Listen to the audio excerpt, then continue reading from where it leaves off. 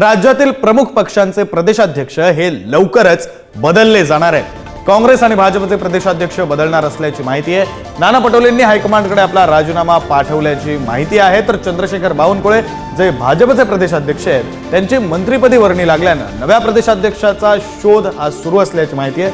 12 जानेवारीच्या भाजपच्या अधिवेशनात नवीन अध्यक्ष मिळण्याची शक्यता आहे। शरद पवारांच्या राष्ट्रवादीचे प्रदेशाध्यक्ष जयंत पाटील यांची अगोदरच टर्म पूर्ण झाली आहे। त्यातच पक्षाचा विधानसभा निवडणुकीत पराभव झाल्यामुळे पक्षाला नवीन प्रदेशाध्यक्ष दिला जाण्याची ही शक्यता आहे। आपले प्रतिनिधी शिवाजी काळे आपल्या सोबत आहेत। अधिकचा तपशील त्यांच्याकडून घेऊ। शिवाजी,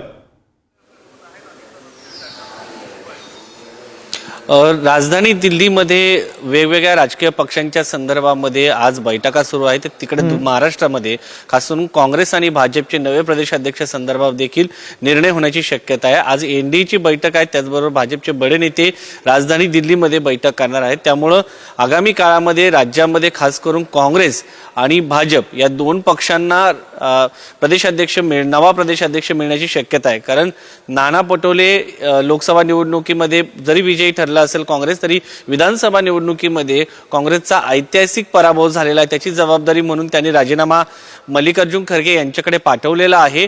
त्यामुळे त्यांचा राजीनामा घेतला जाऊ शकतो आणि त्यांच्या जागेवरती नवनियुक्ती केली जाऊ शकते। दुसरीकडे भाजपचे प्रदेशाध्यक्ष चंद्रशेखर बावनकुळे हे महसूल मंत्री झाले आहेत, राज्य सरकारमध्ये सहभागी झाले आहेत। त्यामुळे भाजपच्या प्रदेशाध्यक्ष पदाची जबाबदारी नवीन व्यक्तीकडे दिली जाऊ शकते।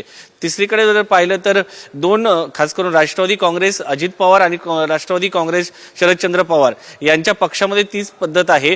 कारण जयंत पाटील हे गेल्या अनेक वर्षांपासून प्रदेशाध्यक्ष पदावरती आहेत आणि आपण जर पाहिलं असेल तर विधानसभा निवडणुकीमध्ये देखील राष्ट्रवादी काँग्रेसचा दारुण पराभव झाला आहे। त्यामुळं जयंत पाटील यांचा देखील राजीनामा घेतला जाऊ शकतो। भविष्यात राष्ट्रवादी शरदचंद्र पवार यांच्या पक्षाला देखील नवीन प्रदेशाध्यक्ष मिळू शकतो। दुसरीकडे सुनील तटकरे हे फूट पडल्यापासून प्रदेशाध्यक्ष म्हणून अजित पवार गटाचं काम पाहताना पाहायला मिळत आहे। लोकसभा निवडणुकीमध्ये दारुण पराभव झाला होता, मात्र विधानसभा निवडणुकीमध्ये मोठा विजय झाल्याचं आपण पाहिलं। मात्र त्या विजयामध्ये सुनील तटकरे यांचा थेट प्रदेशाध्यक्ष म्हणून किती वाटा होता, कारण तीनही पक्षांचा दणदणीत विजय झालेला आहे। त्यामध्ये भाजपची रणनीती महत्त्वाची ठरल्याचं बोललं जात आहे। त्यामुळे एकंदरीत पाहता राज्यातील सर्व महत्त्वाच्या जे पक्ष आहेत त्या पक्षाचे प्रदेशाध्यक्ष बदलण्याची चाहूल सध्या पाहायला मिळते आणि दोन पक्षाचे निश्चितपणे जे राष्ट्रीय पक्ष आहेत त्यांचे अध्यक्ष बदलला जाणार असल्याची शक्यता व्यक्त केली जात आहे।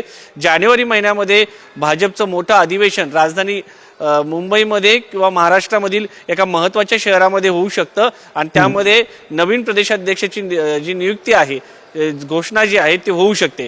तर एकंदरीत पाहिलं तर काँग्रेस असो, राष्ट्रवादी काँग्रेस असो, भाजप असो, या जे महत्त्वाचे पक्ष आहेत राज्यातील त्यांना नवीन प्रदेशाध्यक्ष मिळण्याची शक्यता व्यक्त केली जात आहे।